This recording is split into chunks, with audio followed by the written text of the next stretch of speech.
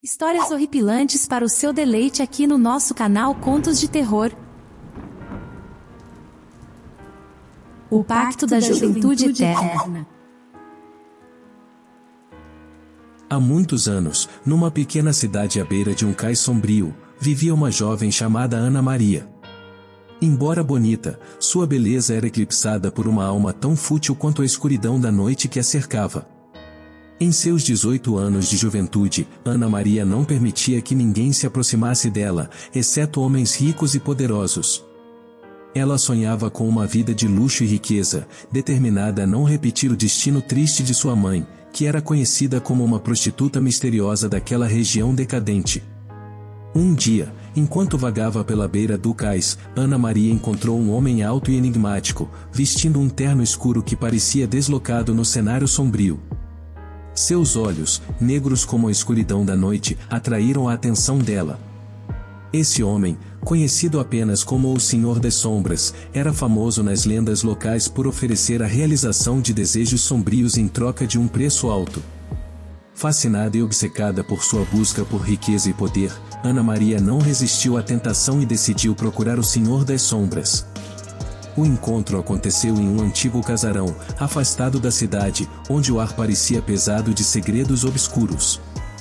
O Senhor das Sombras revelou a ela um segredo terrível: dele tinha o poder de conceder juventude eterna e riquezas infinitas, mas tudo isso tinha um preço aterrorizante.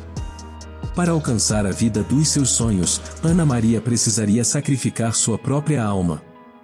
Apesar do medo que a consumia, a ganância e o egoísmo eram mais fortes, e Ana Maria concordou com o pacto sinistro. Com um sorriso maligno, o Senhor das Sombras abriu um livro antigo e começou a recitar palavras sombrias e desconhecidas.